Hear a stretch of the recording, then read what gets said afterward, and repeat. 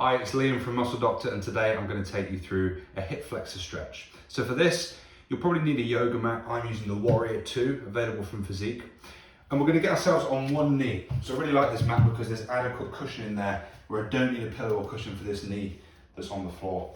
We're going to lunge into a stretch. We're looking for about a 6 out of 10 stretch on the front of the right hip, so the hip flex is there. And when you feel that, just hold that position.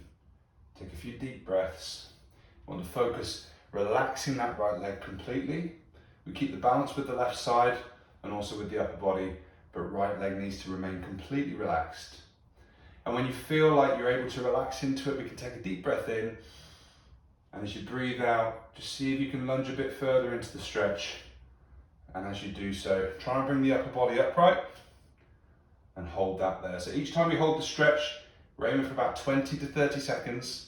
We're stopping when we get to that 6 out of 10, and we're trying to wait and see if that rating drops down to a 5, 4, and ideally 3. So ways that we can progress this stretch, there are a few things that we can do.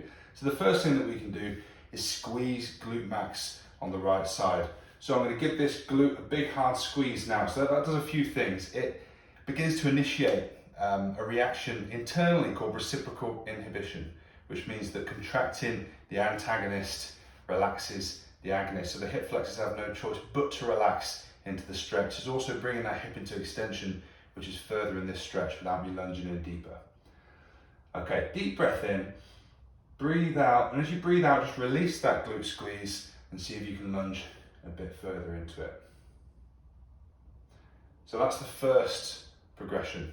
The second progression that we're going to use here is a focus on one of the quadricep muscles, which is rectus femoris. So it's the only quadricep muscle that flexes the hip, so we can really target it here with some knee flexion. So the padding on this yoga mat really helps because the knee's going to be driving into the floor. We're going to bring the ankle up, grab hold of it with the right hand, and hold that there. So you'll now feel the stretch all the way down into the knee. And we're going to hold this for about 10 to 15 seconds. And then we can release, take a deep breath in, breathe out, relax, and see if you can drop even further into that stretch, holding that position for a final 30 seconds. We don't want to exceed a 6 out of 10 at any point, and we need to feel things relax. If they're tensing up, you're going to end up tighter than you were before. So we need the body to allow the stretching to work with the central nervous system.